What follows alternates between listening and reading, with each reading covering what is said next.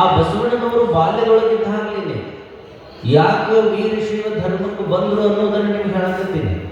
ನಾ ಹೇಳ್ತಾ ಇರಬೇಕು, ಅರ್ಥ ಮಾಡ್ಕೋಬೇಕಲ್ಲ. ಯಾಕೆ ವೀರಶೈವ ಧರ್ಮಕ್ಕೆ ಬಂದರು ಅನ್ನೋದನ್ನು ನಿಮ್ಗೆ ನಾನು ಹೇಳಕತ್ತೀನಿ. ಯಾವಾಗ ಬಸವಣ್ಣನವರು ಹುಟ್ಟಿದ್ರು ಅವಾಗ ಬಾಲ್ಯದೊಳಗಿದ್ದಾಗ ತಾಯಿ ಸಂಸ್ಕಾರವನ್ನು ಕೊಟ್ಟಳು. ಸಂಸ್ಕಾರವನ್ನು ಕೊಟ್ಕೋತ ಬಸವಣ್ಣನವರು ದೊಡ್ಡವರು ಹಾಕೊಂತ ಬಂದರು.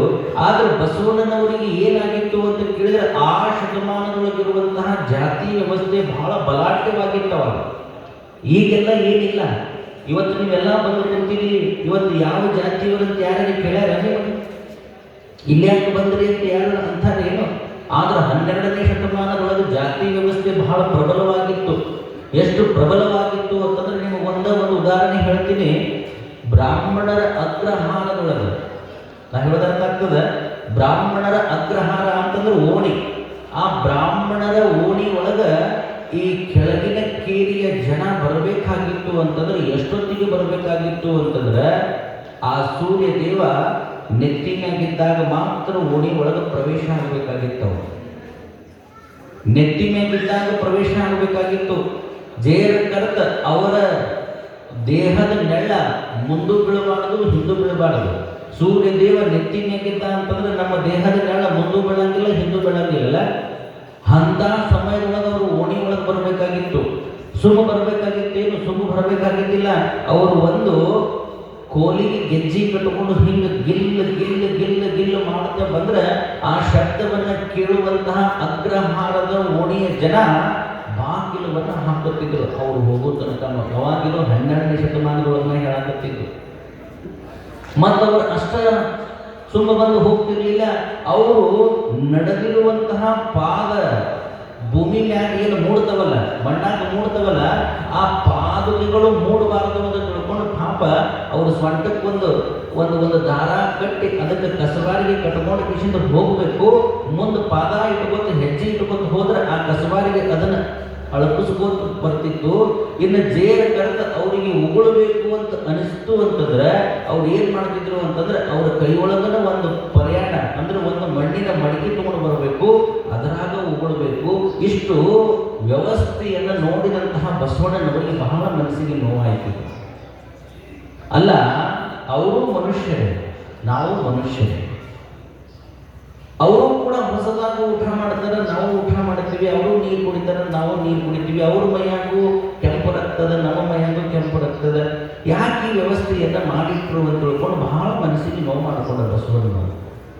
ಈ ಮೇಲು ಕೀಳು ಅನ್ನುವಂತಹ ಈ ಜಾತಿಯ ಭೂತವನ್ನು ಹೊಡೆದೋಡಿಸಬೇಕು ಅಂತ ತಿಳ್ಕೊಂಡು ಟೊಂಕ ಕಟ್ಟಿ ನಿಂತ ಬಸವಣ್ಣ, ಟೊಂಕ ಕಟ್ಟಿ ನಿಂತ.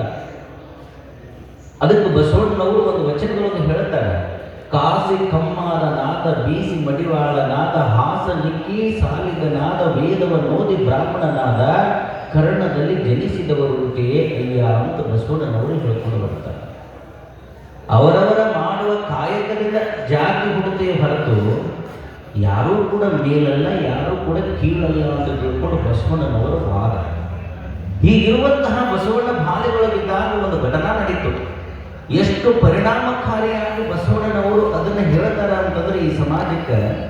ಬಸವಣ್ಣನವರು ದೇವಸ್ಥಾನಕ್ಕೆ ಹೋಗುವಂತಹ ಸಂದರ್ಭದೊಳಗೆ ಒಬ್ಬ ಕೆಳಗಿನ ಕೇರಿಯ ಹುಡುಗನಿಗೆ ಒಬ್ಬ ಮೇಲ್ವರ್ಗದ ಒಬ್ಬ ವ್ಯಕ್ತಿ ಬಡಿಗೆ ತಗೊಂಡು ಹೊಡಿತಿದ್ದ.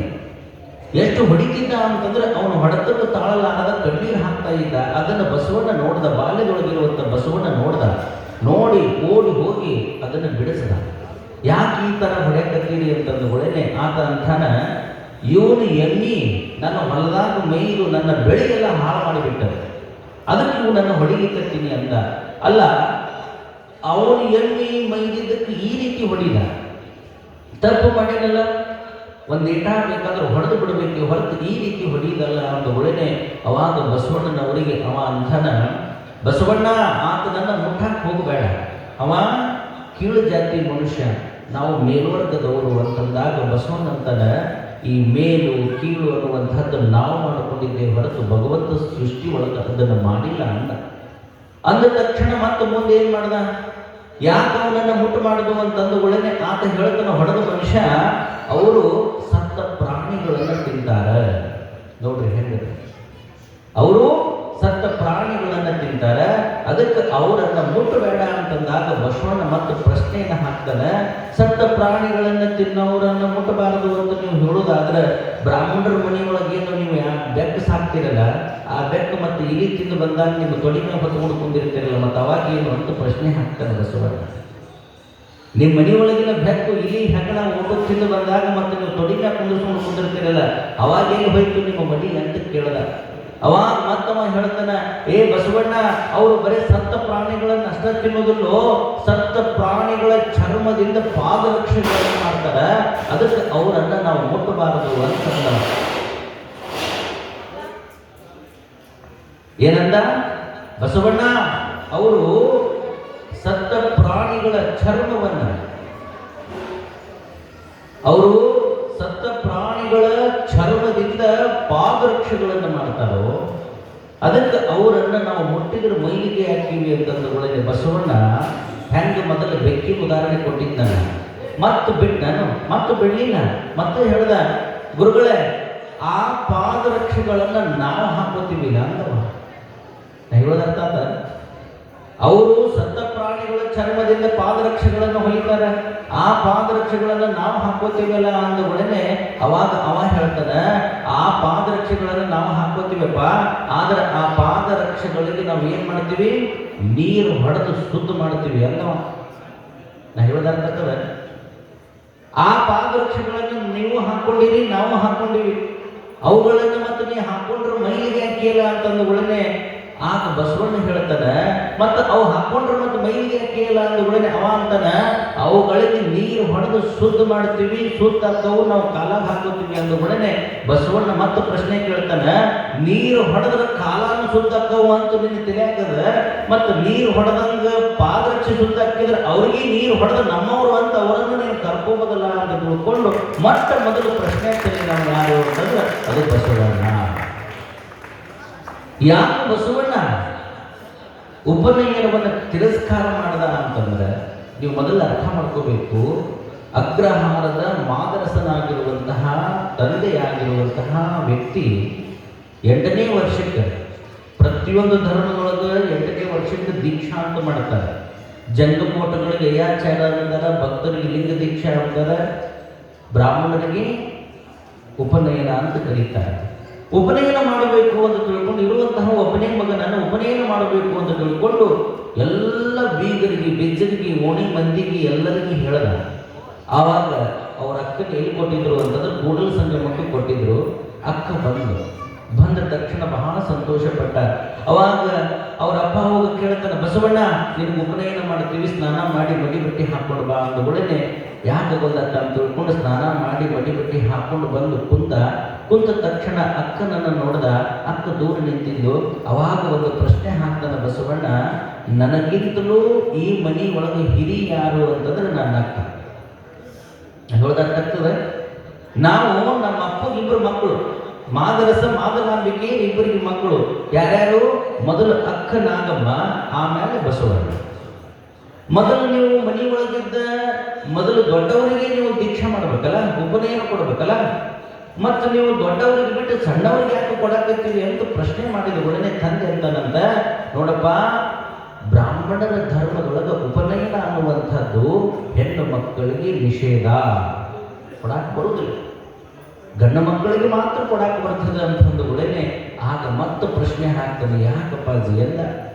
ಹೆಣ್ಣು ತಿಂಗಳಿಗೊಮ್ಮೆ ಮುಟ್ಟಾಗೋದರಿಂದ ಆಕೆ ಪವಿತ್ರಳಲ್ಲ, ಅದಕ್ಕೆ ಆಕೆಗೆ ಉಪನಯನವನ್ನ ಮಾಡಲಿಕ್ಕೆ ಬರುವುದಿಲ್ಲ ಅಂತಂದಾಗ ಮತ್ತೆ ತಂದೆಗೆ ಸವಾಲು ಹಾಕಿದ, ಯಪ್ಪ ಮತ್ತು ನಾವೆಲ್ಲ ಹುಟ್ಟಿ ಬಂದಿದ್ದ ಅಲ್ಲಿಂದಲೇ ಎಂತಂದ ಬಸವಣ್ಣ. ನೋಡ್ರಿ, ಬಾಲ್ಯದೊಳಗಿದ್ದ ಬಸವಣ್ಣ ಎಷ್ಟು ಜ್ಞಾನಿ ಅಲ್ಲ ಅಪ್ಪ.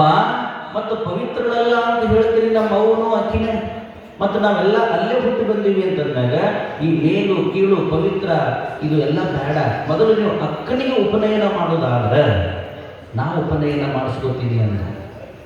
ಅವಾಗ ತಂದೆ ಒಪ್ಪಲಿಲ್ಲ. ಇದು ನಮ್ಮ ಬ್ರಾಹ್ಮಣರ ಧರ್ಮದೊಳಗೆ ಗಂಡಿಗೆ ಮಾತ್ರ ಉಪನಯನ ಅಂದ್ರೆ 3 ಎಳೆ ಜನಿವಾರವನ್ನು ಹಾಕಿ ಗಾಯತ್ರಿ ಮಹಾಮಂತ್ರವನ್ನು ಬೋಧಿಸ್ತಾರೆ. ತ್ರಂಬಕಂ ಯಜಾಮಹೇ ಸುಗಂಧಿಂ ಪುಷ್ಟಿವರ್ಧನಂ ಊರ್ವಾರುಕಂ ಯುವಬಂಧನಾತ್ ಮೃತ್ಯೋ ಮೋಕ್ಷಯ್ಯ ಮಾಮೃತ. ಇದನ್ನು ಗಣಮಕ್ಕಳಿಗೆ ಮಾತ್ರ ಹೇಳ್ತಾರೆ, ಹೆಣ್ಮಕ್ಳಿಗೆ ಬರಂಗಿಲ್ಲ ಅಂದುಗಳನ್ನ ಇದು ಬಹಳ ಮನಸ್ಸಿನ ಮ್ಯಾಗ ಪರಿಣಾಮ ಆಯಿತು. ಇಲ್ಲಿ ಹೆಣ್ಣು ಕನಿಷ್ಠ ಗಂಡು ಶ್ರೇಷ್ಠ ಅನ್ನುವಂತಹ ಭೇದವನ್ನು ನಾನು ಹೊಡೆದೋಡಿಸಬೇಕು ಅಂತಂದಾಗ ಆತ ಏನ್ ಮಾಡ್ದ ಅಂತಂದ್ರೆ, ನಾನು ಉಪನಯನವನ್ನು ಮಾಡಿಸ್ಕೋಬೇಕಾದ್ರೆ ಅಕ್ಕನಿಗೆ ನೀವು ಉಪನಯನ ಮಾಡಿದ್ರೆ ನಾನು ಮಾಡಿಸ್ಕೋತೀನಿ ಅಂತವ. ಅವಾಗ ತಂದೆ ಮಗನ ಜಗಳ ಶುರುವಾತು. ಆಗ ತಂದೆ ಮಾತನಸ, ಯಾವಾಗ ನೀ ನನ್ನ ಮಾತು ಕೇಳುವುದಿಲ್ಲ ಅಂತಂದ್ರೆ ನನ್ನ ಮನೆ ಬಿಟ್ಟು ಹೋಗು ಅಂತಂದ. ಅವ ಹೋಗಿದ್ದೆಲ್ಲಿ ಅಂತಂದ್ರೆ ಕೂಡಲೇ ಸಂಗಮ ಜಾತವೇದ ಮುನಿಗಳು ಅನ್ನುವಂತಹ ಮಹಾತ್ಮರು ಇದ್ದರು. ಆ ಮಹಾತ್ಮರ ಹತ್ತಿರ ಹೋಗಿ ವೇದ ಆಗಮ ಉಪನಿಷತ್ತುಗಳನ್ನು ಕಲಿತಾ, ಯಾವಾಗ ಆತನಿಗೆ ಈ ಲಿಂಗದ ಮ್ಯಾಲ ಪರಿಣಾಮ ಬಂತು ಅಂತ ಕೇಳಿದ್ರೆ, ಅದಕ್ಕಿಂತಲೂ ಪೂರ್ವದೊಳಗನೆ ಈ ಲಿಂಗ ಇತ್ತಲ್ಲ, ಗುರುಗಳು ಎಲ್ಲರಿಗೆ ಕಟ್ತಿದ್ರಲ್ಲ, ಅವ ಅಂದ ವೀರಶೈವ ಲಿಂಗಾಯತ ಧರ್ಮದೊಳಗೆ ಹೆಣ್ಣು ಲಿಂಗ ಕಟ್ಕೋಬಹುದು, ಗಂಡು ಲಿಂಗ ಕಟ್ಕೋಬಹುದು. ಅದು ಇನ್ನೊಂದು ಧರ್ಮದೊಳಗಿಲ್ಲ ಅಂತಂದ್ರೆ ವೀರಶೈವ ಲಿಂಗಾಯತ ಧರ್ಮದೊಳಗೆ ಹೆಣ್ಣು ಗಂಡು ಅನ್ನುವಂತಹ ಭೇದ ಇಲ್ಲ. ಅದಕ್ಕೆ ನಾನು ಸ್ವೀಕಾರ ಮಾಡುವುದಾದ್ರೆ ಇಂತಹ ಪವಿತ್ರವಾಗಿರುವಂತಹ ವೀರಶೈವ ಲಿಂಗಾಯತ ಧರ್ಮವನ್ನು ಸ್ವೀಕಾರ ಮಾಡಬೇಕು ಅಂತ ತಿಳ್ಕೊಂಡು ಜಾತವೇದ ಮುನಿಗಳ ಕಡೆಯಿಂದ ಲಿಂಗ ದೀಕ್ಷೆಯನ್ನು ಪಡೆದುಕೊಂಡು ವೀರಶೈವ ಧರ್ಮವನ್ನ ಪುನರುದ್ಧಾನ ಮಾಡಿದ ಕೀರ್ತಿ ಯಾರಿಗೆ ಅದನ್ನು ಸಲ್ತಿದ್ರೆ ಅದು ಭಕ್ತಿ ಭಂಡಾರಿ ಬಸವಣ್ಣನವರಿಗೆ ಸಲ್ತದ. ಭಕ್ತಿ ಭಂಡಾರಿ ಬಸವಣ್ಣನವರಿಗೆ ಸಲ್ತದೆ. ಯಾಕೆ ನಮ್ಮ ಧರ್ಮ ಪವಿತ್ರ ಆಯಿತು ಅಂತಂದ್ರೆ, ನಮ್ಮ ಧರ್ಮ ಬಹಳ ಪವಿತ್ರವಾಗಿರುವಂತಹದ್ದು.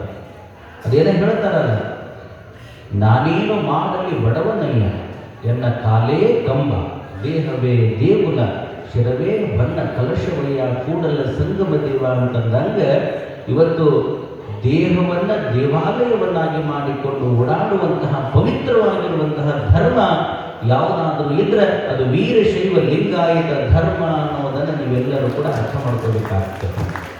ಅಂತಹ ವೀರಶೈವರಾಗಿರುವಂತಹ ನಾವು ಸದಾಕಾಲ ಗುರು ಕೊಟ್ಟಂತಹ ಲಿಂಗವನ್ನು ಶರೀರದ ಮ್ಯಾಲೆ ಹಾಕ್ಕೊಂಡಿರ್ಬೇಕು. ಇವತ್ತಿಷ್ಟು ಮಂದಿ ಕುಂತೀರಿ, ಇಷ್ಟು ಮಂದಿ ಕೊರಳಾಗ ಎಷ್ಟು ಮಂದಿ ಕೊರಳಾಗ ಲಿಂಗ ಅದಾವು ಅಂತ ನಾವು ಪರೀಕ್ಷೆ ಮಾಡಿದ್ವಿ. ಎಷ್ಟು ಮಂದಿ ಕೊರಳಾಗ ಲಿಂಗ ಅದಾವ ಕೈ ಎತ್ತಿ ನೋಡು. ಎಷ್ಟು ಮಂದಿ ನೋಡು.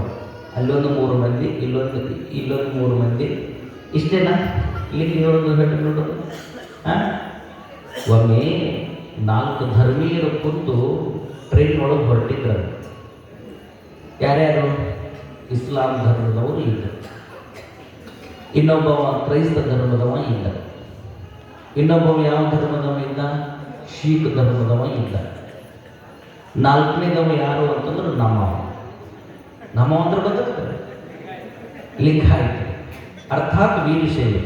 ಅರ್ಥಾತ್ ಅಲ್ಲ, ಲಿಂಗಾಯತ್ ಅರ್ಥಾತ್ ವೀರಶೈವ. ಇವರು 4 ಮಂದಿ ಮಾತಾಡ್ಕೋತ ಹೊಂಟಿದ್ರು. ಮಾತಾಡ್ತಾ ಹೋಗುವಂತಹ ಸಂದರ್ಭದೊಳಗೆ ಅದು ಏನಾಯಿತು ಏನೋ ಗೊತ್ತಿಲ್ಲ, ಆ ಟ್ರೈನು ದೊಡ್ಡದೊಂದು ಪ್ರಪಾತಕ್ಕೆ ಬಿದ್ದು ಲಕ್ಷಾಂತರ ಜನ ಸಾಯುವಂತಹ ಪರಿಸ್ಥಿತಿ ಬಂದ್ಬಿಡ್ತು. ಒಮ್ಮೆಗೊಮ್ಮೆ ಹಳಿ ತಪ್ಪಿಬಿಡ್ತು. ಬ್ರಿಡ್ಜಿನ ಮ್ಯಾಗ ಹೋಗುವಂತಹ ಟ್ರೈನು ಮತ್ತು ಪ್ರಪಾತಕ್ಕೆ ಬೀಳ್ಬೇಕಲ್ಲ, ಬಿದ್ದು ಎಲ್ಲ ಬೋಗಿ ಒಳಗಿನ ಜನ ಸತ್ತು ಹೋಗ್ಬಿಟ್ರು. ಎಲ್ಲ ಬೋಗಿ ಒಳಗಿನ ಜನ ಸತ್ತಂಗ ಈ ಬೋಗಿ ಒಳಗೇನು ಕುಂತಿದ್ರಲ್ಲ ಡೆಬ್ಬ್ಯಾಗಿ, ನಮ್ಮದೊಂದಿತ್ತು, ಇಸ್ಲಾಂ ಧರ್ಮದೊಂದಿತ್ತು, ಏನದು ಕ್ರೈಸ್ತ ಧರ್ಮದ್ದಿತ್ತು, ಮತ್ತು ಇನ್ನೊಂದು ಶೀಖ್ ಧರ್ಮದ್ದಿತ್ತು, ಅದ್ರಾಗ ನಮ್ಮದೊಂದಿತ್ತು. ಅವಾಗ ಪ್ರಭಾತದೊಳಗೆ ಬಿದ್ದಿರುವಂಥ ಎಲ್ಲ ಹೆಣಗಳನ್ನು ಹೊರಗೆ ತೆಗೆದುಕೊಳ್ಳೆ ಮುಖ ಎಲ್ಲ ಅದು ಪೆಟ್ಟಿಗೆ ಏನಾಗ್ಬಿಟ್ಟಿತ್ತು ಅಂತಂದ್ರೆ ವಿಕಾರ ಆಗಿ ಗುರುತು ಸಿಗಲಾರ್ದಂಗೆ ಆಗಿ ಹೋಗ್ಬಿಟ್ಟಿತ್ತು. ಕಿಶನಾಗ ನೋಡ್ತಾರೆ, ಯಾವ ಅಡ್ರೆಸ್ಸು ಇರಲಿಲ್ಲ. ಈಗ ನಂಗೆ ಮೊಬೈಲ ಪಟಕ್ಕನ ಕಿಶನಾಗಿನ ತೊಗೊಂಡು ಕಿಶನ್ ಹುಡುಕಿರಿ ಯಾರ ನಂಬರ್ ಅಂತ ಗೊತ್ತು ಹಿಡಿಯಾಕ. ಆಗಿನ ಕಾಲದೊಳಗೆ ಏನೂ ಇರಲಿಲ್ಲ, ಕಿಶನಾಗೂ ಇಲ್ಲ, ಏನೂ ಇಲ್ಲ, ಹೆಂಗೆ ಮಾಡೋದು? ಅವಾಗ ಇದು ಹೈಯರ್ ಆಫೀಸಿಗೆ ಗೊತ್ತಾಗ್ತು. ಎಲ್ಲ ಬೋಗಿ ಒಳಗಿನ ಮಂದಿಗೆ ಗೊತ್ತಾಗಿದ್ರಿ, ಅವ್ರವ್ರ ಅಡ್ರೆಸ್ ಪ್ರಕಾರ ಕಳಿಸಿವಿ. ಒಂದು ಡೆಬ್ಬ್ಯಾಗ ಒಂದು 4 ಧರ್ಮದವ್ರು ಕುಂತಾರ, ಅವು ಯಾವ ಅನ್ನೋದು ಗೊತ್ತಾಗಿಲ್ಲ, ಮುಖಾನೇ ಕೂಡಿಸಿರ್ಲಾರ್ದಂಗೆ ಆಗಿದೆ. ಹೆಂಗೆ ಮಾಡೋದು ಅಂದ್ಗಳೇ ಅವಾಗ ಅಂತ ಹೈಯರ್ ಆಫೀಸರ, ನೋಡಪ್ಪ ಅವರು ಸಿಕ್ಕರ ಏನು ಅವ್ರಿಗೆ ಜೀವನ ತಕ್ಕಾರ, ಅವ್ರ ಮಂದಿ ಕೈ ಕೊಟ್ಟರೆ ಜೀವನ ತಕ್ಕಾರನು ಆಗೋದಿಲ್ಲ. ಅವ್ರನ್ನ ಏನು ಮಾಡ್ತಾರೆ, ಯಾವ ಧರ್ಮದೊಳಗೆ ಹುಟ್ಟ್ಯಾನ ಆ ಧರ್ಮದ ಪ್ರಕಾರ ಅವ್ರನ್ನ ಕರ್ಕೊಂಡೋಗಿ ಸಂಸ್ಕಾರ ಮಾಡ್ತಾರೆ, ಬಿಟ್ಟರೆ ಮತ್ತೊಂದು ಏನು ಮಾಡಕ್ಕೆ ಬರೋದಿಲ್ಲ. ಏನು ದವಾಖಾನೆಗೆ ಹೋಗಿ ಅಡ್ಮಿಟ್ ಮಾಡಿ ಜೀವ ಕೊಡ್ಸಕ್ಕೆ ಬರ್ತದ ನಾವು? ಅದಕ್ಕೆ ಯಾವ ಧರ್ಮೀಯರದಾರ ಅವರನ್ನು ಆ ಧರ್ಮದ ಪ್ರಕಾರ ಸಂಸ್ಕಾರ ಮಾಡಿಬಿಡ್ರಿ ಅಂತ ಅವ ಆರ್ಡರ್ ಕೊಟ್ಟ. ಆರ್ಡರ್ ಕೊಟ್ಟುಗಳನ್ನೇ ಇವು ಕೆಲವು ಮಂದಿಯನ್ನು ಗುರ್ತ ಹಿಡಿದು ಬಹಳ ಸರಳ. ಇದು ತಲೆ ಮ್ಯಾಗ ಟೊಪ್ಪಿಗೆ ಮಾರಿ ಮ್ಯಾಗ ಗಡ್ಡ ಬಿಟ್ಟಿರ್ತಾರೆ. ಇದು ಇಸ್ಲಾಂ ಧರ್ಮದಂತ ಗೊತ್ತಾತು. ನಾ ಹೇಳೋದು ಅರ್ಥ ಆಗ್ತದ? ತಲೆ ಮ್ಯಾಗ ಟೊಪ್ಪಿಗೆ ಮಾರಿಗೆ ಗಡ್ಡ, ಇದು ಇಸ್ಲಾಂ ಧರ್ಮದ್ದು ಅಂತ ಗೊತ್ತಾತು. ಆ ಧರ್ಮದ ಪ್ರಕಾರ ಅವನನ್ನು ಸಂಸ್ಕಾರ ಮಾಡಿದ್ರು. ನಾ ಹೇಳೋದು ಅರ್ಥ ಆಗ್ತದೆ? ಆ ಧರ್ಮದ ಪ್ರಕಾರ ಅವನು ಸಂಸ್ಕಾರ ಮಾಡಿದ್ರು. ಈಗ ಇನ್ನೊಬ್ಬ ಇದ್ದ, ಯಾರು ಪ್ಲಸ್ ಆಕಾರದ ಚಿನ್ನ ಹಾಕೊಂಡಿದ್ದಾನೆ ಕೊರಳಾಗ. ಅವ ಯಾವ ಧರ್ಮದವ ಅಂತ ಗೊತ್ತಾತು? ಕ್ರೈಸ್ತ ಧರ್ಮದವ ಅಂತ ಗೊತ್ತಾತು. ಆ ಧರ್ಮದ ಪ್ರಕಾರ ಅವನಿಗೇನು ಮಾಡಿದ್ರು? ಅದು ಡೆಡ್ಡಿಯಾಗಿಟ್ಟು ಅದೇನೇನೋ ಮಾಡ್ತಾರಲ್ಲ ಅವ್ರ ಪದ್ಧತಿ ಪ್ರಕಾರ ಒಯ್ದು ಅವನು ಹೋಗುದ್ರಪ್ಪ. 4 ಮಂದಿ ಒಳಗೆ ಇಬ್ಬರದು ಪೂರ್ತಿ ಸಿಕ್ತು. ಮೊದಲನೇದವರು ಯಾರು? ಇಸ್ಲಾಂ ಧರ್ಮದವರು. ಎರಡನೇದವರು ಯಾರು? ಕ್ರೈಸ್ತ ಧರ್ಮದವರು. ಮೂರನೇದು ಬಂದಿರ್ತಾನೆ ಯಾವುದು? ಶೀಖ್ ಧರ್ಮದ್ದು. ಅದಕ್ಕೇನು ಗುರುತ? ಶೀಖ್ ಧರ್ಮದ ಗುರುತು ಏನ್ರಿ? ರುಮಾಲ್ ಸುತ್ತಾರ. ಅವರು ಭಾಳ ಚಂದ ಸುತ್ತಾರೆ. ಶೀಖ್ ನೋಡ್ಬೇಕು ನೀವು, ಅಗ್ದಿ ಭಾಳ ಚಂದ ಸುತ್ತಾರ ಅವರು ರುಂಬಾಲ್. ಬಹುಶಃ ರುಂಬಾಲು ಸುತ್ತಾನ ಅಂತಂದ್ರೆ ರುಂಬಾಲು ಸುತ್ತುದ್ರಾಗೂ ಬಹಳ ವಿಧ ಅದಾವ್ರಿ. ಅಪ್ಪವ್ರು ಸುತ್ತಾರಲ್ಲ, ಇದು ಇದು ಕರ್ನಾಟಕದ ರುಂಬಾಲಿದೆ, ಹೌದಿಲ್ಲ? ಆದ್ರೆ ಸೀಕರದು ಕಟ್ಟು ಬಹಳ ಚಂದ ಬರ್ತದೆ. ಒಳಗೊಂದು ಹಿಂಗೆ ಕಲ್ಲಿಯಲ್ಲಿ ಕಟ್ಟಿಕೊಂಡು ಅದರ ಮ್ಯಾಗ ಹಿಂಗೆ ಸುತ್ತಕೋತಾರೆ. ಅವ್ರ ಸ್ಟೈಲ್ ನೋಡಿದ್ರೆ ಇವ ಸೀಖ ಅಂತ ಗುರ್ತ ಹಿಡಿಬೋದು. ಇವ ಸೀಖ್ ಧರ್ಮದ ಅಂತ ತಿಳ್ಕೊಂಡು ಸೀಖ್ ಧರ್ಮದ ಪ್ರಕಾರ ಗುರು ನಾನಕರು ಏನು ಉಪದೇಶ ಮಾಡ್ಯಾರಲ್ಲ, ಆ ಪ್ರಕಾರ ಗ್ರಂಥ ಸಾಹಿಬ ಅನ್ನುವಂತಹ ಗ್ರಂಥವನ್ನು ಗುರು ಅಂತವರು ಸ್ವೀಕಾರ ಮಾಡ್ಯಾರ. ಯಾರು? ಶೀಖ್ ಧರ್ಮದವರು. ಆ ಪ್ರಕಾರ ಅವನನ್ನ ಸಂಸ್ಕಾರ ಮಾಡಿದರು. 3 ಸಂಸ್ಕಾರ ಸಿಕ್ಕು. ನಮ್ದು ಹುಡುಕಾಡಕತ್ತರು, ಎಲ್ಲಿ ಏನೂ ಸಿಗಬಲ್ಲ. ಹಣಿ ಮ್ಯಾಗ ವಿಭೂತಿರ ಹಂಚ್ಕೊಂಡಿದ್ರೆ ಇದು ಲಿಂಗಾಯತರದು ವೀರಶೈವರದು ಅಂತ ತಿಳ್ಕೊಂಡು ಇದನ್ನು ಒಯ್ದು ಏನು ಮಾಡ್ಬೇಕು ಅದನ್ನು ಮಾಡ್ತಿದ್ರು. ಅಟ್ಲೀಸ್ಟ್ ಹಣಿ ಮ್ಯಾಗ ಒಂದಿಷ್ಟು ಗಂಧಾರ ಹಚ್ಕೊಂಡಿದ್ರೆ ಇದು ವೀರಶೈವರದು ಅಂತ ತಿಳ್ಕೊಂಡು ಇದಕ್ಕೆ ಸಂಸ್ಕಾರ ಸಿಗ್ತಿತ್ತು.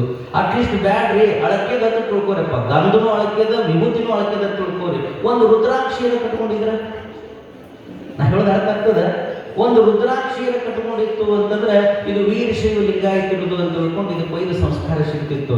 ಅಟ್ಲೀಸ್ಟ್ ರುದ್ರಾಕ್ಷಿ ಬೇಡಪ್ಪ, ಒಂದು 4 ಸಲ ಹಾಕೊಂಡಿದ್ರೆ, ಒಂದು ಲಿಂಗಾರ ಗುರು ಕೊಟ್ಟಂತ ಲಿಂಗರ ಹಾಕೊಂಡಿದ್ರೆ ಇದು ವೀರಶೈವ ಲಿಂಗಾಯಿತು ಅಂತ ಗೊತ್ತಾಗ್ತಿತ್ತು. ಇದಕ್ಕೆ ಒಯ್ದು ಸಂಸ್ಕಾರ ಸಿಗ್ತಿತ್ತು, ಇದಕ್ಕೆ ಮೋಕ್ಷ ಸಿಗ್ತಿತ್ತು. ಅವ್ರ ಅಂದರಂತ ಅಂಗಾಲದಿಂದ ನೆತ್ತಿ ಹುಡುಕಾಡಿದ್ರು ಏನು ಸಿಗೋದಿಲ್ಲ.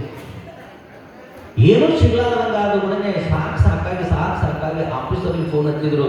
3 ಗುರುತು ಸಿಕ್ಕೂರಿ, ಅವ್ರ ಸಂಸ್ಕಾರ ಕೊಟ್ಟಿವಿ, ಒಂದಕ್ಕಂತರೂ ಗುರುತು ಸಿಗೋಲ್ಲಾಗಿದೆ. ಹೆಂಗೆ ಮಾಡಬೇಕು ಅಂತಂದು ಕೂಡನೆ ಬಹಳ ತಲೆ ಕೆಡ್ಸ್ಕೊಂಡು ಹೋಗ್ಬೇಡ್ರಿ, ಸಮುದ್ರದಾಗ ಹೋಗೋದು ಬಿಡ್ರಿ, ತಿಂಡಿಂಗ್ಲ ಮೀನು ತಿಂದು ಹೋಗ್ಬಿಡ್ತದ ಕಡೆ ಅಂತಂದ್ರು. ಇದು ನಮ್ಮದು ಹಣೆ ಬಾರಿ. ಇದು ನಾನು ಹೇಳೋದು ಅರ್ಥ ಆಗ್ತೀವಿ? ಇದು ನಮ್ಮದು ಹಣೆ ಬಾರಿ.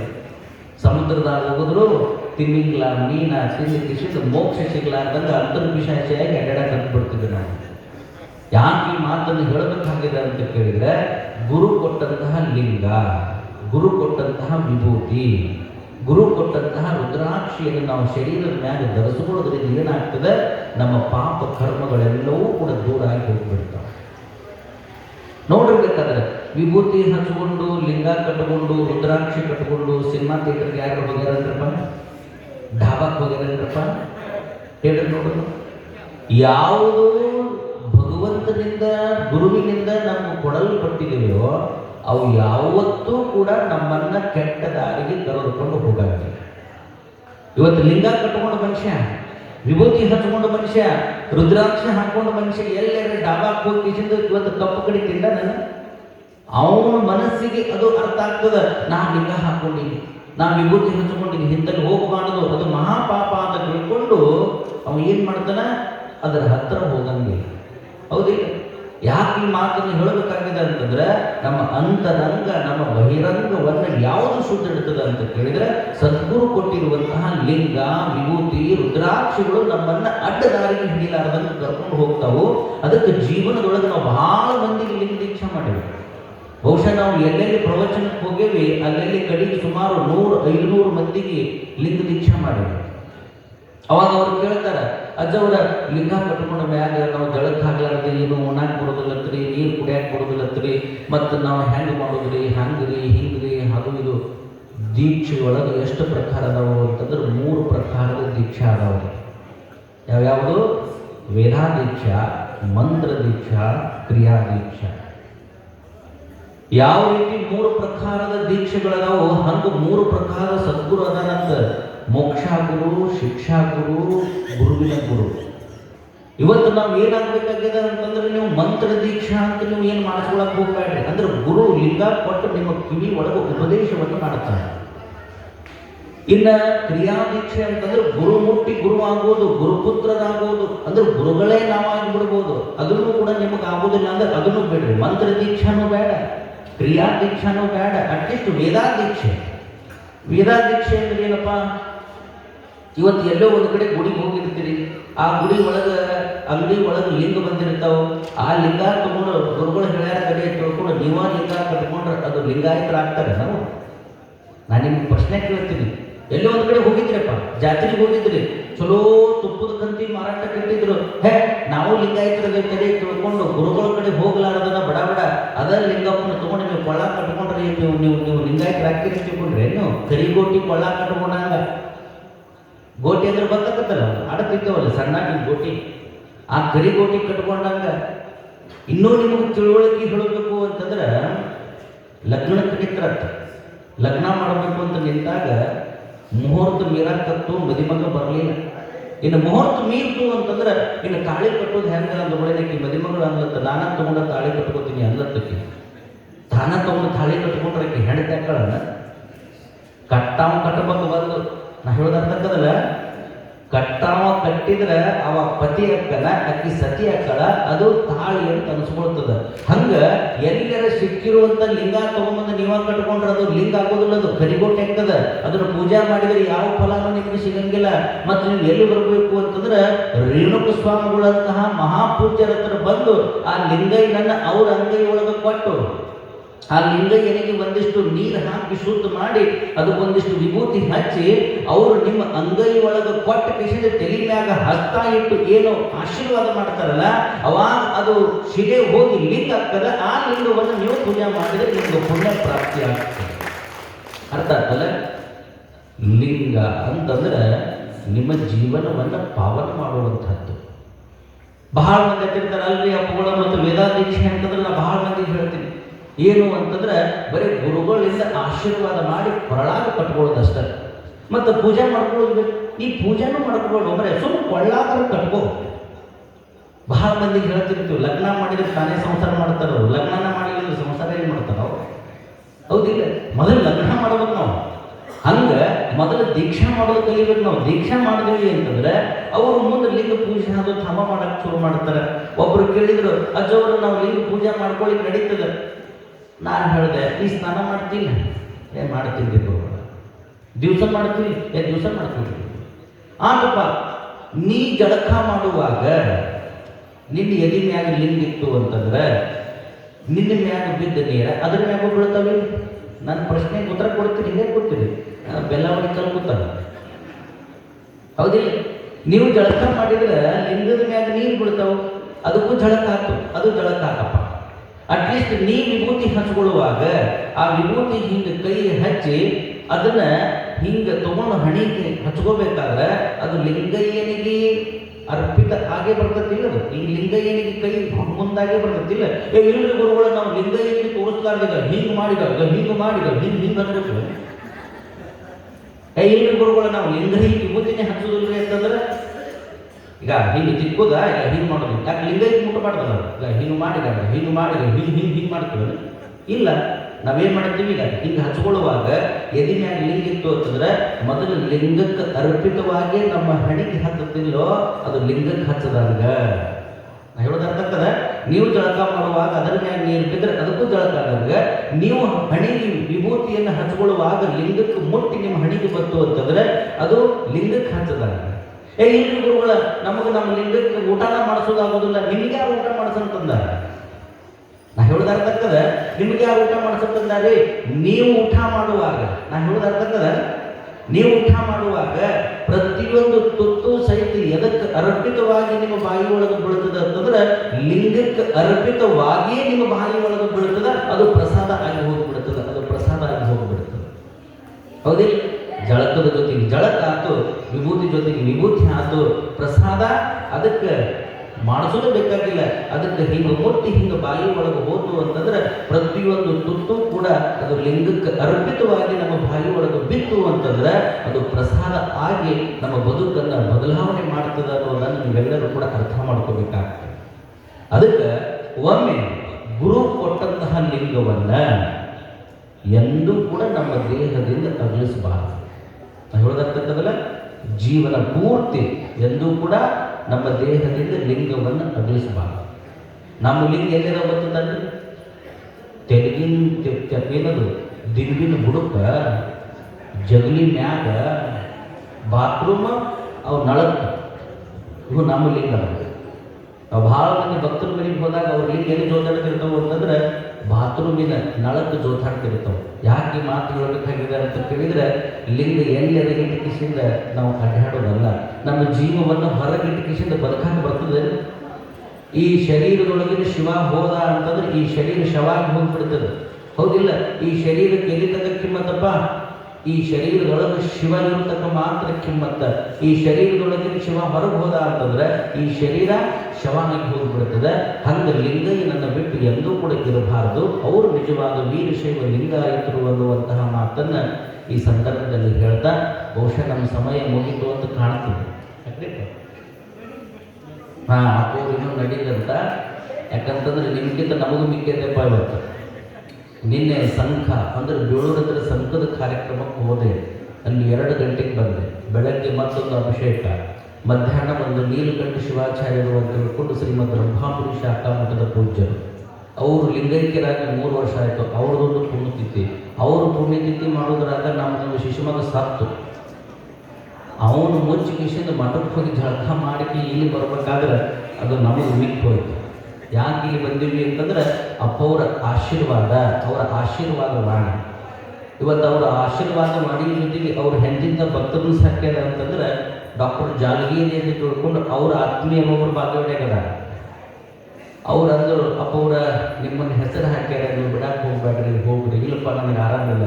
ಆರಾಮಿಲ್ಲ ಅಂದ್ರೆ ನಾನು ಡಾಕ್ಟರ್ ಅದನ್ನು ಗುಳಿಗೆ ಕೊಡ್ತೀನಿ ತವ. ಆದ್ರೂ ಸಹಿತ ಅವರ ಪ್ರೀತಿ ಇವತ್ತು ನಮ್ಮನ್ನು ಇಲ್ಲಿಗೆ ಕರ್ಕೊಂಡು ಬಂದದ. ನಿಜವಾಗ್ಲೂ ಕೂಡ ಈ ಭಾಗಕ್ಕೆ ನಾ ಬಂದೀನಿ, ಆದರೆ ಈ ಮಠಕ್ಕೆ ನಾ ಬಂದಿಲ್ಲ ಅಷ್ಟೇ.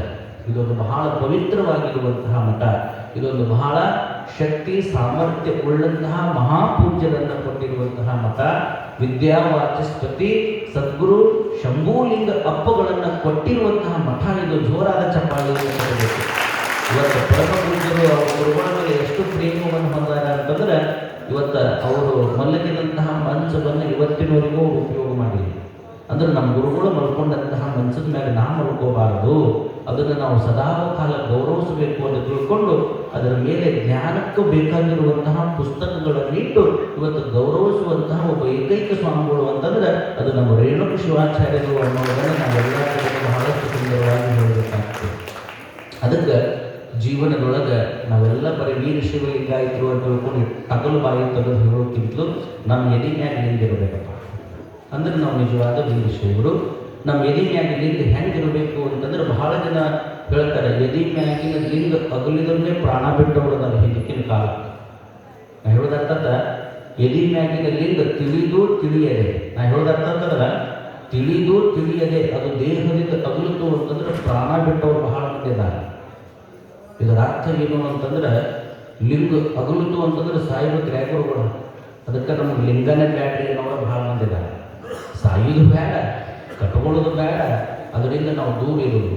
ಏನೋ ನಮ್ಮ ಪ್ರವಚನಕ್ಕೆ ಪ್ರಭಾವಿತರಾಗಿ ಒಂದು 10 ಮಂದಿ ಬಂದಿರ್ತಾವೆ ಲಿಂಗ ಕಟ್ಕೊಳಕ್ಕೆ. ಇವ್ರು ಕಟ್ಕೊಳ್ಳಾರದ ಕಂಪ್ನಿ ಲಿಂಗ ಕಟ್ಕೊಳ್ತೀವಿ, ಅವೆಲ್ಲ ನಮ್ಮಂತವ್ರಿಗೆ ಏನೋ ಸ್ವಾಮಿಗಳಿಗೆ ಅವೆಲ್ಲ ನಮಗೆ ನಡೆಯಂಗಿಲ್ಲ. ಅದನ್ನು ಮಾಡಬಾರ್ದು, ಇದನ್ನು ಮಾಡಬಾರ್ದು ಅಂತ ಏನೇನು ಹೇಳಿ ತೆಗಿ ಕೆಡಿಸಿ ಅವು ಹೆಸರು ಬರೆಸಿ ಮರುದಿನ ಬರೋದೇ ಇಲ್ಲ. ಆ ಥರ ಮಾಡಿಬಿಡ್ತಾರೆ. ಇದು ಅಲ್ಲ ನಮ್ಮ ಧರ್ಮ. ವೇದಾದೀಕ್ಷೆಯನ್ನು ಮಾಡ್ಕೋರಿ. ಅದು ಗುರುಗಳಿಂದ ಲಿಂಗವನ್ನು ಮುಟ್ಟಿಸಿಕೊಂಡು ಕಟ್ಕೊಂಡ್ರೆ ಸಾಕು, ಆ ಲಿಂಗಕ್ಕೊಂದು ಜೀವಗಳೇ ಬರ್ತದೆ. ಒಂದು ಸಣ್ಣ ದೃಷ್ಟಾಂತ ಹೇಳಿ ನಾನು ಮುಗಿಸಿಬಿಡ್ತೀನಿ. ಇದು ಭಾಳ ಚೆನ್ನಾಗಿದ್ದು, ದೇಹದ ಮ್ಯಾಗ ಲಿಂಗ ಅಗಲಿತು ಅಂತಂದ್ರೆ ಪ್ರಾಣ ಬಿಡಬೇಕು ಅಂತ ಹೇಳ್ತೀವಲ್ಲ, ಅದಕ್ಕೊಂದು ಸಂಬಂಧಪಟ್ಟದ್ದು ಒಂದು ಕಥೆ ಇದೆ. ಒಬ್ಬ ಗುರುಗಳಿದ್ದರು. ಆ ಗುರುಗಳಿಗೆ ಒಬ್ಬ ಶಿಷ್ಯ. ಆ ಶಿಷ್ಯ ಗುರುಗಳ ಜೊತೆಗೆ ಕುಂದ್ರಾಮ, ಗುರುಗಳ ಜೊತೆಗೆ ನಿಂದ್ರಾಮ, ಗುರುಗಳು ಪುರಾಣ ಹೇಳ್ಕೊಂತ ಲಿಂಗ ದೀಕ್ಷೆ ಮಾಡ್ಕೊಂತ ಹೋಗೋರು.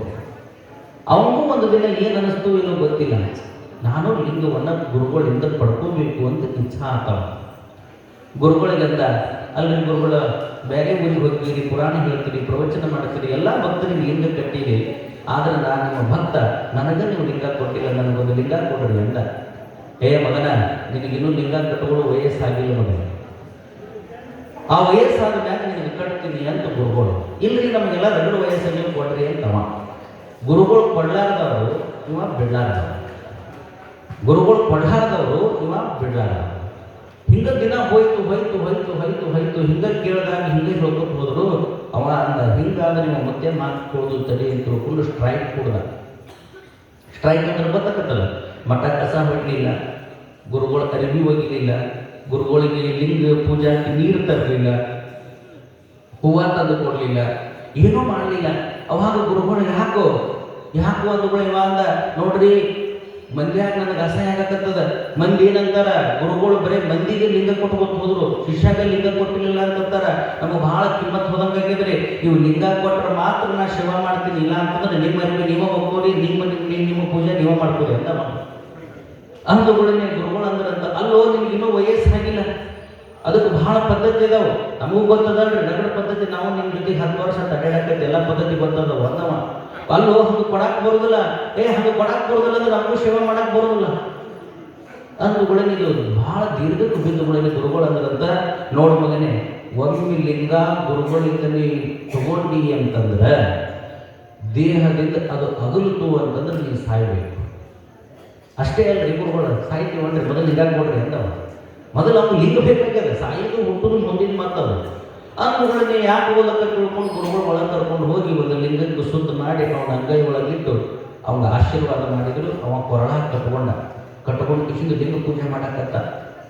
ಮತ್ತು ಗುರುಗಳಿದ್ದಲ್ಲಿ ಶಿಷ್ಯ ಇರಬೇಕಲ್ಲ, ಗುರುಗಳಿಗೆ ಹೋಗಿ ಕಿಶಿಂದ ಜಳಕ ಪೂಜೆ ಮಾಡಿ ಗುರುಗಳಿಗೆ ಪೂಜೆ ಹಚ್ಚೋರು ಅಂತಂದ್ರೆ ಗುರುಗಳದ್ದು 5 ನಿಮಿಷ ಪೂಜೆ ಆದ್ಮೇಲೆ 1 ತಾಸು ಪೂಜೆ ನಡೀತದೆ. ಮಂದಿ ಕಂಪ್ಯೂಟರ್ ಹಿಡಿತು, ಇವ 5 ನಿಮಿಷ ಪೂಜೆ ಮಾಡ್ಕೊಂಡು ಹೊರಗೆ ಬರ್ತಾನೆ, ಇವ 1 ತಾಸು ಅಂಗೈ ಒಳಗೆ ಲಿಂಗ ಹಿಡ್ಕೊತಾನ. ಇದು ಹೆಂಗೆ ಅಂತಂದುಗಳಿಗೆ ಗುರುಗಳು ಅನ್ನೋದಲ್ಲೇ ನನಗಿಂತ ಹೆಚ್ಚು ಪೂಜೆ ಮಾಡ್ಕೊಳಕ್ಕಾಗ್ತದೆ. ಅವಾಗವ ಅಂದ. ಮತ್ತು ಗುರುಗಳು ಲಿಂಗ ಕೊಟ್ಟವರು ನೀವಲ್ಲ, ಆದರೆ ಬರಬರ್ತು 1 ತಾಸು ಹೋಗಿ 30 ನಿಮಿಷಕ್ಕೆ ಹೋಗಿ 10 ನಿಮಿಷಕ್ಕೆ ಹೋಗಿ 5 ನಿಮಿಷಕ್ಕೆ ಹೋಗಿ ಕಿಶಿಂದ ಬರೀ ಯುವತಿ ಹಚ್ಕೊಂಡು ನಮಸ್ಕಾರ ಮಾಡೋ ಪರಿಸ್ಥಿತಿಗೆ ಬಂದ ಮ್ಯಾಗ ಮುಂದೆ ಲಿಂಗ ಪೂಜೆನೂ ಬಿಟ್ಟು ಉಳಿದು ಹೋಗ್ಲಿ ಬಿಡು ಅಂತ ತಿಳ್ಕೊಂಡು ಗುರುಗಳು ತಲೆ ಕೆಡಿಸ್ಕೊಳ್ಳಿಲ್ಲ. ಒಮ್ಮೆ ಗುರುಗಳು ಬ್ಯಾಸಗಿ ಬಿಸಿಲು ಅಂತ ತಿಳ್ಕೊಂಡು ಒಳಗೆ ಮಕ್ಕೊಂಡಾರ. ಈ ಮಗ ಹೊರಗೆ ಕುಂತ. ಓಣ್ಯಾಗಿನ ಹುಡುಗರು ಏನಂದ್ರಂತ, ಬ್ಯಾಸಗಿ ಬಿಸಿಲಿಗೆ ಬಹಳ ಮೈ ಎಲ್ಲ ಬೆವತ್ತು ಬಿಟ್ಟದ್ರಪ್ಪ, ಈಗ ಊರು ಮುಂದೆ ಒಂದು ಭಾಗದ ಈಶಾನ್ಯಕ್ಕೆ ಹೋಗೋದು ಬರ್ರಿ ಅಂತಂದ್ರೆ ಇವ್ನು ನಾ ಬರುದಿಲ್ಲಪ್ಪ, ಗುರುಗಳು ಮಕ್ಕೊಂಡಾರ. ಇಲ್ಲಿ ಬರ್ರಿ ಅಂತಂದ ಕೂಡ ನೀವು ಸುಮ್ಮ ಹೋದ ಬಾವಿ ದಂಡಿ ಬ್ಯಾಗ ನಿಂತ. ಗುರುಗಳು ಲಿಂಗ ಕಟ್ಟಿದ್ರಲ್ಲ, ಅದನ್ನ ಲಿಂಗ ಕೊರಳಾಗಿತ್ತು ನಿಂತ. ಇವರು ಹೊಸರು ಒಂದು 8 ಹುಡುಗರು ಏನು ಮಾಡಿದ್ರು, ತೆಗಿ ಕೆಳಗೆ ಮಾಡಿ ಜಿಗಿತೀವಿ ಅಂತ ಜಿಗಿಯವರು ಕಾಲು ಮೊದಲು ಮಾಡಿ ಬೀಳ. ಇವ ಅಂತ ಹಿಂಗೆ ಏನ್ರಲ್ಲಿ ಜಿಗಿದಂತ ಇವ ಯಾರು ಅಪ್ಪಗಳು ಬನ್ನಿ, ಹೆಂಗ್ರಿ ನಾ ಜಿಗಿತೀನಿ, ನಮ್ಗೆ ಏನು ಕೊಡ್ತೀವಿ? ಹೊಸರು 1 ರೂಪಾಯಿ ಕೂಡಿಸ್ಕೊಡ್ತೀವಿ, 10 ರೂಪಾಯಿ ಆಗ್ತಾವ ಅವು ನಿಮಗೆ, ನಾವು ಒಂದೇ ಸರಿ ಜಿಗಿಯೋಣ ಅಂದ ಇವ. ಒಂದೇ ಸರಿ ಜಿಗಿರಿ, ಯಾರು ಬೇಡ ಅಂತಾರೆ, ತೆಗಿ ಮೊದಲು ಮಾಡಿ ಜಿಗಿಬೇಕು ಅಂದ ಒಡನೆ 10 ರೂಪಾಯಿ ಆಸೆಗೆ ಏನು ಮಾಡ್ದ ಅಂತಂದ್ರೆ ಇವ ಬಡ ಅಂಗಿ ಕಳೆದ, ಬುಡಕಿದ್ದು ಕಳೆದ ಕಿಶಿಂದು ಎದೆ ಮ್ಯಾಗ ಲಿಂಗನೂ ಐತಿ ಅನ್ನೋದು ಮರೆತು ಬಿಟ್ಟನ. 10 ರೂಪಾಯಿ ಗೋಗಿನ್ಯಾಗ ಮರೆತು ಬಿಟ್ಟನ. ಬಡ ಹೇಳ್ತೀನಿ ರೀ, ಬಾವಿ ದಂಡಿ ಮ್ಯಾಗಿನಿಂದ ಹೇಳ್ತೀನಿ, ತೆಗಿ ಕೆಳಗೆ ಮಾಡಿ ಡ್ರಮ್ ಅಂತ ಜಿಗದೇ ಬಿಟ್ಟ. ಜಿಗದುಗಳನ್ನ ಹೇಳ್ತೀನಿ ಮ್ಯಾಗ ಬರೋವಲ್ಲ, ಒಂದಪ್ಪ ಮುದ್ದೆ ಆಗಲ್ಲ. 1-2 ನಿಮಿಷಕ್ಕೆ ಹೇಳ್ತೀನಿ ಮ್ಯಾಗ ಬಂದು ಕೈ ಮಾಡಿದೆ, ಹೆಂಗೆ ಜಿಗದೆ, ಭಾರಿ ಜಿಗದೆ ಅಂತ ಒಡನೆ 10 ರೂಪಾಯಿ ಗೆದ್ದೆ ಅನ್ನೋ ಖುಷಿಗೆ ದಂಡಿಗೆ ಬಂದು ಮೈ ಒರೆಸ್ಕೋಬೇಕಂತ ಕೊರಳಾಗಿ ಲಿಂಗ ನೀರಾಗಿ ಬಿದ್ದುಬಿಟ್ಟು. ಅವಾಗ ಅನ್ನಕ್ಕಂತ ಮೊದಲ ನಮ್ಮ ಗುರುಗಳು ಲಿಂಗ ಕೊಟ್ಟಿದ್ದಿಲ್ಲ, ಲಿಂಗ ಕಳ್ಕೊಂಡ್ರೆ ಸಾಯಬೇಕು ಅಂತಂದಾರ. ಆ 10 ರೂಪಾಯಿಗೆ ಇನ್ನೊಂದು 10 ರೂಪಾಯಿ ನಾನು ಕೊಡ್ತೀನಿ, ನನ್ನ ಲಿಂಗ ಹುಡಿ ಕೊಟ್ಟರು ಅಂತ ಹೇಳಕತ್ತ. ಅವಾಗ ಓಸು ಜಿಗುದು ಕೆಳಗ ಪಳಗ ಒಬ್ಬ ಹುಡುಕಿದ್ರು ಸಹಿತ ಕಳ್ಕೊಂಡು ಲಿಂಗನೇ ಸಿಗಲಿಲ್ಲ. ಹತ್ತು ಕಣ್ಣು ಕೆಂಪಾತು. ಅವ್ರು ಹೊಸರು ಹೋಗ್ಬಿಟ್ರು. ಇವನು ಮಠಕ್ಕೆ ಬಂದ. ಗುರುಗಳು ಎದ್ದು ಹೊರಗೆ ಗೊತ್ತಿದ್ರು. ಇವನು ಕಣ್ಣು ಕೆಂಪಾಗಿದ್ದು ನೋಡಿ, ಯಾಕೋ ಎಲ್ಲಿಗೆ ಹೋಗಿದ್ದೆ? ಅಪ್ಪ ಅವ್ರು ಇಲ್ಲೇ ಹೋಗಿದ್ದೆ. ಮಗನ ಈಶಾಡಕ್ಕೆ ಹೋಗಿ ಇಲ್ಲ ಅಂತ ಹೇಳ್ತೀಯ ಮಗನ? ಈಶಾಡಕ್ಕೆ ಹೋಗಿದ್ದು ಶಿಕ್ಷೆ ಏನು ಗೊತ್ತನೋ, ಅಂಗಿ ಕಳೆದು ಮಠದಾಗಿನ ಗಿಡಕ್ಕೆ ಕೂಡ ನೀರು ಹಾಕು ಅಂದ್ರು ಗುರು. ಯಪ್ಪ 100 ಅಲ್ಲ 200 ಹಾಕ್ತೀನಿ, ಆದ್ರೆ ಅಂಗಿ ಕಳಿದಿಲ್ಲ ಅಂತವ. ಅಂಗಿ ಯಾಕೆ ಕಳಿದಿಲ್ಲ? ಲಿಂಗ ಕಳ್ಕೊಂಡಿದ್ದು ಗುರುಗಳಿಗೆ ಗೊತ್ತಾಗ್ತದ. ಅವ್ರಂದ್ರು, ಯೋ ಮಗನೇ, ನೀ ಹೇಳ್ದಂಗೆ ನಾ ಕೇಳ್ಬೇಕಲ್ಲ, ನಾ ಹೇಳ್ದಂಗೆ ನೀ ಕೇಳ್ಬೇಕಲ್ಲೇ, ಅಂಗಿ ಕಳಿ 100 ಕೂಡ ನೀರು ಹಾಕು ಅಂದ ಒಳಗೆ ಬೆತ್ತದ ಬಡಿಗೆ ತಗೊಂಡು ನಿಂತು ಒಳಗೆ ಅಂಗಿ ಕಳಿತಾನ ಕೊಳ್ಳಾಗಿದ್ದು ಲಿಂಗನಿಗೆ. ಅಲ್ಲಿ ಎಲ್ಲಿ ಕಳೆದು ಲಿಂಗ? ಯಪ್ಪ ಹಿಂಗಾಯ್ತು. ಏನಾಯ್ತು? ಹಿಂಗೆ ಬಾಮೇಲೆ ಜಗಕ್ಕೆ ಹೋದ್ವಿ, ಹಿಂಗಾಯ್ತು, ಹಿಂಗೆಲ್ಲ ಆಯ್ತು, ಹಂಗೆ ಮಾಡಕ್ಕೆ ಹೋಗ್ಬೇಡ, ನಾನು ಈ ಶಿಶುಮಗ ಆಗಿದ್ದೀನಿ, ಈಗ ನನಗೊಂದು ಲಿಂಗ ಕೊಡು. ಹಂಗೆ ಕೊಡಕ್ಕೆ ಬರೋದು ಅದನ್ನು ಮಗನ. ನಾ ಏನು ಹೇಳಿನಿ? ತಿಳಿದು ತಿಳಿಯದೆ ದೇಹದಿಂದ ಲಿಂಗ ಅಗಲ್ತು ಅಂತಂದ್ರೆ ಸಾಯಬೇಕು ಅಂತ ಹೇಳಿದ ಮಗನ, ನೀ ಸತ್ತತ್ತಿರ್ಬೇಕು ಮಗನ, ಏನು ದಾರಿನೇ ಇಲ್ಲ ಅಂದ. ದಾರಿನೇ ಇಲ್ಲದ ಮಗನೇ, ನೀ ಸತ್ತತ್ತಿರಬೇಕು ಅಂತಂದು ಮಗನೇ. ಹೆಂಗೆ ಮಾಡೋದು? ಹೆಂಗೆ ಮಾಡ್ತೀವಿ ನೋಡು. ಅವಾಗ ಗುರುಗಳು ಅಂದ್ರಂತ, ಸಾಯಬೇಕು ಅಂದ್ರೂ ಸಹಿತ ಎಂತಹ ಕಡು ಪಾಪಿಗೂ ಸಹಿತ, ಎಂತಹ ಕಳ್ಳನಿಗೂ ಸಹಿತ, ಎಂತಹ ಒಲ್ಗಡಿಗೂ ಸಹಿತ ಜೀವಾವಧಿ ಶಿಕ್ಷೆಯನ್ನು ಕೊಡಬೇಕಾದ್ರೆ ಅವನ ಕಡೆಯ ಆಸೆ ಕೇಳ್ತಾರೆ. ಇವತ್ತಿಗೂ ಕೂಡ ಕೋರ್ಟ್ನೊಳಗೆ ಪೊಲೀಸರು ಕೇಳ್ತಾರೆ, ನಿಂದೇನಪ್ಪ ಆಸೆ ಅಂತ ಕೇಳ್ತಾರೆ. ಹಂಗೆ ನಿಂದೇನು ಆಸೆ ಅದಂತಂದು ಒಳಗೆ ಏನು ನಿಮ್ಮ ಅವ್ರು ನೋಡ್ಬೇಕಾ, ಏನು ಹುಗ್ಗಿ ಉಣ್ಬೇಕಾ, ಏನು ಹಾಲು ಉಣ್ಬೇಕಾ, ಏನು ಹೋಳಿಗೆ ಉಣ್ಬೇಕಾ, ಏನು ಬೇಕು ನಿನಗೆ? ನನಗೆ ಹುಗ್ಗಿನೂ ಬೇಡ, ಹಾಲು ಬೇಡ, ನಮ್ಮ ಊರಿಗೂ ಹೋಗೋದು ಬೇಕಾಗಿಲ್ಲ, ನಮ್ಮ ಮಗುಗೂ ಬೇಕಾಗಿಲ್ಲ, ನನಗೊಂದು ಕಡಿ ಆಸೆ ಅದ. ಏನು? ನೀವು ಲಿಂಗ ಪೂಜೆ ಮಾಡ್ಕೊಳ್ಳೋದು ಕಣತುಂಬ ನೋಡಿ ನಾ ಪ್ರಾಣ ಬಿಡಬೇಕಂತ ಮಾಡೀನಿ ಅಂದ್ರೆ, ನೀವು ಲಿಂಗ ಪೂಜೆ ಮಾಡೋದು ನೋಡಿ ನಾ ಕಣತುಂಬ ನೋಡಿ ಪ್ರಾಣ ಬಿಡಬೇಕು ಅಂತಂದು ಒಳಗೆ ಗುರುಗಳು ಅಂದ್ರಂತ, ನಾನು ಲಿಂಗ ಪೂಜೆ ನೋಡಿದ ಮ್ಯಾಗ ನೀ ಸತ್ತು ಬಿಡ್ತೀಯ, ನಾವೇ ಕುಡಿಯಕ್ಕೆ ಹೋಗ್ರಿ ಗುರುಗಳು, ಸತ್ತ ಬಿಡ್ತೀನಿ ಹಂಗ ಅಂದು ಒಳಗೆ ಗುರುಗಳು ಅಂದ್ರಂತ. ಮತ್ತೆ ಹೆಂಗೆ ಸಾಯ್ತಿ ಮಗ? ಏನು ಚೆಮ್ಮನಾದಲ್ಲಿ ಉಪ್ಕೊಂಡು ಬೆಂಕಿ ಹಚ್ಕೊಂಡು ಸಾಯ್ತೀಯೋ, ಏನು ಊರ್ಲ್ ಹಾಕೊಂಡು ಸಾಯ್ತೀಯೋ, ಏನು ಎಲ್ಲಿ ಲಿಂಗ ಕಳ್ಕೊಂಡಿಲ್ಲ ಅದರ ಬಾಮೇಲೆ ಜಿಗದ ನೀರು ಕುಡಿದು ಸಾಯ್ತೀಯೋ, ಏನು ಉಣ್ಣಿ ಪುಡಿ ಅದೇನೋ ಅಂತಾರಲ್ಲ, ಉಣ್ಣಿ ಪುಡಿ ಏನು ಅದನ್ನು ತಿಂದು ಸಾಯ್ತೀಯೋ? ಅವ ಅಂದ, ಅದನ್ನು ಇದನ್ನು ತಿಂದು ಎದಕ್ಕೆ ಸಾಯ್ತೀನಿ ಗುರುಗಳು? ಏನು ಲಿಂಗ ಕಳ್ಕೊಂಡಿನಿ, ಅಲ್ಲೇ ಜಿಗದು ಸಾಯ್ತೀನಿ ಅಂದು ಒಳಗೆ ಗುರುಗಳು ಅಂದ್ರಂತ. ಮತ್ತೆ ನೀ ಅಲ್ಲಿ ಜಿಗದು ಸಾಯಿದಾಗ ನಾ ಮಠದಾಗ ಲಿಂಗ ಪೂಜೆ ಮಾಡ್ಕೊಳ್ಳೋದು ನೀ ನೋಡಿ ಅಲ್ಲಿ ಹೋಗಿ ಸಾಯೋಕ್ಕಿಂತಲೂ ನಾನ ನಿನ್ನ ಜೊತೆಗೆ ಬಂದು ಬಿಡ್ತೀನಿ, ಪೂಜಾ ಪೆಟ್ಟಿಗೆ ತಗೊಂಡು ನಡಿ ಅಂದು ಒಳಗೆ ನೀವು ಮುಂದೆ ಗುರುಗಳು ಹಿಂದಿಂದ ಬಡ ಬಡ ಹೋದ ಬಾವಿ ದಂಡಿಗೆ ಅದನ್ನಿಟ್ಟು ಮೊದಲು ತಾ ಜಳಕ ಮಾಡ್ದ, ಗುರುಗಳಿಗೆ ನೀರು ತಂದು ಕೊಟ್ಟ. ಗುರುಗಳು ಜಳಕ ಮಾಡಿಕೊಂಡು ಬಾವಿ ದಂಡಿಗೆ ಎಲ್ಲ ಏನು ತಯಾರು ಮಾಡಿದ್ನಲ್ಲ ಆ ಪೆಟ್ಟಿಗೆ ತೆಗೆದ ಕಿಶಿಂದ ಗುರುಗಳು ವಿಭೂತಿ ಹಚ್ಕೊಂಡ್ರು, ಹಣಿಗೆ ಇಲ್ಲಿ ಇಲ್ಲಿ ಎಲ್ಲೆಲ್ಲಿ ಹಚ್ಕೋಬೇಕಲ್ಲ ಅಲ್ಲೆಲ್ಲ ಹಚ್ಕೊಂಡ್ರು. ಈ ಮಗ ಮುಂದೆ ಕೂತಿದ್ದ ಗುರುಗಳು ಅಂದರು, ಈಗ ಲಿಂಗ ಪೂಜೆ ನೋಡಿದ ಮ್ಯಾಗ ನೀ ಸತ್ತು ಬಿಡ್ಬೇಕು, ನೀ ಸತ್ತು ತೇಲಾಕತ್ತಿ ಅಂತಂದ್ರೆ ನಾ ಮಠಕ್ಕೆ ಹೋಗಿಬಿಡ್ತೀನಿ ಅಂತ ಗುರುಗಳು. ಯಾಕೆ ಬಂದಕ್ಕಿ ಗುರುಗಳು ಅಂತ ಈ ಮಗ ಇವಾಗ ಮುಂದೆ ಕೂತ ಗುರುಗಳು ವಿಭೂತಿ ಹಚ್ಕೊಂಡ್ರು, ಎಲ್ಲ ಮಾಡಿದ್ರು.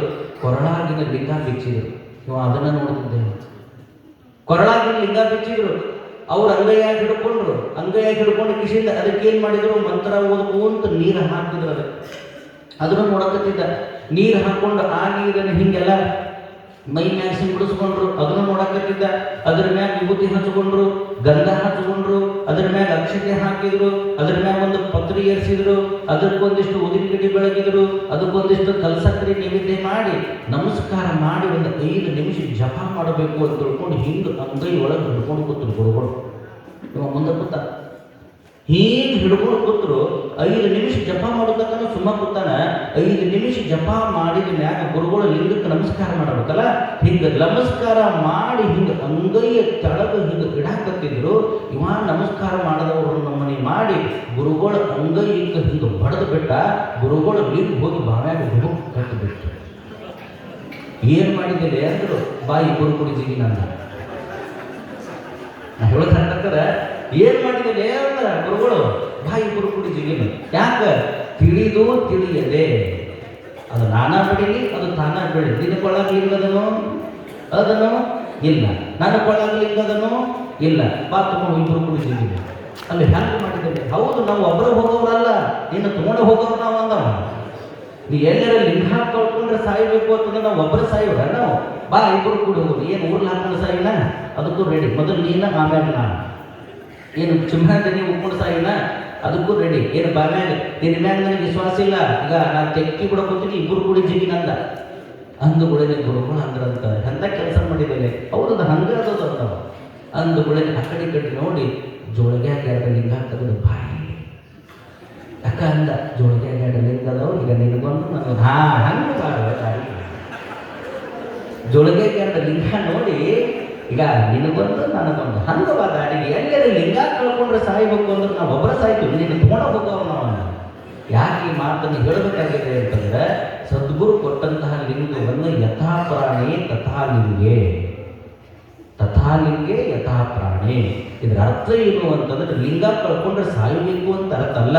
ನಿನ್ನ ಪ್ರಾಣವನ್ನು ನಿನ್ನ ಎಷ್ಟು ಪ್ರೀತಿ ಮಾಡ್ತಿ ಅಷ್ಟು ಗುರು ಕೊಟ್ಟಂತಹ ಲಿಂಗವನ್ನು ನೀನು ಪೂಜಿಸುವಂತ ಹೇಳುವಂತಹ ಸತ್ತ ಪರಂಪರೆ ಯಾವುದಾದ್ರೂ ಇದ್ರೆ ಅದು ವೀರಶೈವ ಲಿಂಗಾಯತ ಪರಂಪರೆ ಅನ್ನೋದನ್ನು ನೀವೆಲ್ಲರೂ ಕೂಡ ಅರ್ಥ ಮಾಡಿಕೊಂಡು ನಡೆಗೆ ಇರ್ತಕ್ಕಂಥ ಮಾತನ್ನು ಈ ಸಂದರ್ಭದಲ್ಲಿ ಹೇಳ್ತಾ, ಪೂಜ್ಯರು ಬಹಳಷ್ಟು ಪ್ರೇಮದಿಂದ ಇವತ್ತು ಅಪೋರ ನೀವು ಬರಬೇಕು, ವೀರಶೈವ ಲಿಂಗಾಯತ ವಿಷಯದ ಬಗ್ಗೆ ಮಾತಾಡಬೇಕು ಅಂತಂದಾಗ ನಮಗೆಲ್ಲ ಸಾಕಾಗಿತ್ತು. ಎಲ್ಲಿ ಹೋಗೋದಪ್ಪ, ಭಾಳ ದೂರ ಆಗ್ತದೆ, ಒಂದು ತಾಸಿನ ಕಾರ್ಯಕ್ರಮಕ್ಕೋಸ್ಕರ 3 ತಾಸು ಹೋಗ್ಬೇಕು, 3 ತಾಸು ಬರಬೇಕು ಅಂತ ಅನಿಸಿತ್ತು. ಆದರೂ ಸಹಿತ ಆ ಗುಡಿ ಒಳಗೆ ಕೂತಿರುವಂತಹ ವಿದ್ಯಾವಾಚಸ್ಪತಿ ಗುರು ಶಂಭುಲಿಂಗ ಶಿವಾಚಾರ್ಯರ ತಪಸ್ಸಿನ ಶಕ್ತಿ ಮತ್ತು ಇಲ್ಲೇ ಒಂದು ಕಡೆ ಮನಸ್ಸು ಹೇಳಿತು, ಅಪ್ಪಾಜಿಯವರು ಕರೆದಾರ ಅಂತಂದ ಮ್ಯಾಗ ಅವರ ಕರೆಗೆ ನಾವು ಹೋಗಬೇಕು ಅಂತ ತಿಳ್ಕೊಂಡು ಇಲ್ಲೆಲ್ಲ ಬಂದು ನೋಡಿದಾಗ ಇದು ಒಂದು ಪವಿತ್ರವಾಗಿರುವಂತಹ ಸ್ಥಳ, ಇದು ಒಂದು ಪುಣ್ಯಕ್ಷೇತ್ರ. ಈ ಪುಣ್ಯಕ್ಷೇತ್ರದೊಳಗೆ ನಾವು ನೀವು ಕೂಡ ಬಂದು ಒಂದು ತಾಸು ಸತ್ಸಂಗವನ್ನು ಏನು ಮಾಡಿದ್ದೀವಲ್ಲ, ನಿಜವಾಗ್ಲೂ ಕೂಡ ಶಂಭುಲಿಂಗ ಶಿವಾಚಾರ್ಯರ ಆಶೀರ್ವಾದ ಅದು ನಮಗೂ ನಿಮಗೂ ಸರ್ವರಿಗೂ ಕೂಡ ಆಗಿದೆ ಅಂತಕ್ಕಂತಹ ಮಾತನ್ನು ಈ ಸಂದರ್ಭದಲ್ಲಿ ಹೇಳ್ತಾ, ನಿಮ್ಮೆಲ್ಲರಿಗೂ ಕೂಡ ಪರಮದಯಾಳು ಪಾರ್ವತಿ ಪರಮೇಶ್ವರರು, ಜಗದಾದ ಜಗದ್ಗುರು ರೇಣುಕಾದಿ ಪಂಚಾಚಾರ್ಯರು, ಬಸವಾದ ಶಿವಶರಣರು ಗದ್ದಿಗೆ ಒಳಗೆ ಕುಂತು ನಿಮ್ಮೆಲ್ಲರನ್ನು ಕಾಯ್ತಾ ಇರುವಂತಹ ಲಿಂಗೈಕ್ಯ ಶಟಸ್ಥಲ ಬ್ರಹ್ಮ ವಿದ್ಯಾವಾಚಸ್ಪತಿ ಶಂಭುಲಿಂಗ ಶಿವಾಚಾರ್ಯರು, ಪ್ರಸ್ತುತ ಪರಮ ಪೂಜ್ಯರಾಗಿರುವಂತಹ ಡಾಕ್ಟರ್ ರೇಣುಕ ಶಿವಾಚಾರ್ಯರ ಆಶೀರ್ವಾದ ಅದು ಸದಾವ ಕಾಲ ನಿಮ್ಮೆಲ್ಲರನ್ನ ಕಾಪಾಡಲಿ ಅಂತಕ್ಕಂಥ ಮಾತನ್ನು ಈ ಸಂದರ್ಭದಲ್ಲಿ ಹೇಳ್ತಾ ನಮ್ಮ ಅಲ್ಪವಾಗಿರುವಂತಹ ಆಶೀರ್ವಚನಕ್ಕೆ ವಿರಾಮವನ್ನು ಕೊಡ್ತೇನೆ. ಓಂ ಶಾಂತಿ ಶಾಂತಿ ಶಾಂತಿ. ವೀರಶೈವ ಲಿಂಗಾಯತ ಎರಡೂ ಬೇರೆಯಲ್ಲ. ತಾಯಿ ಗರ್ಭದಲ್ಲಿ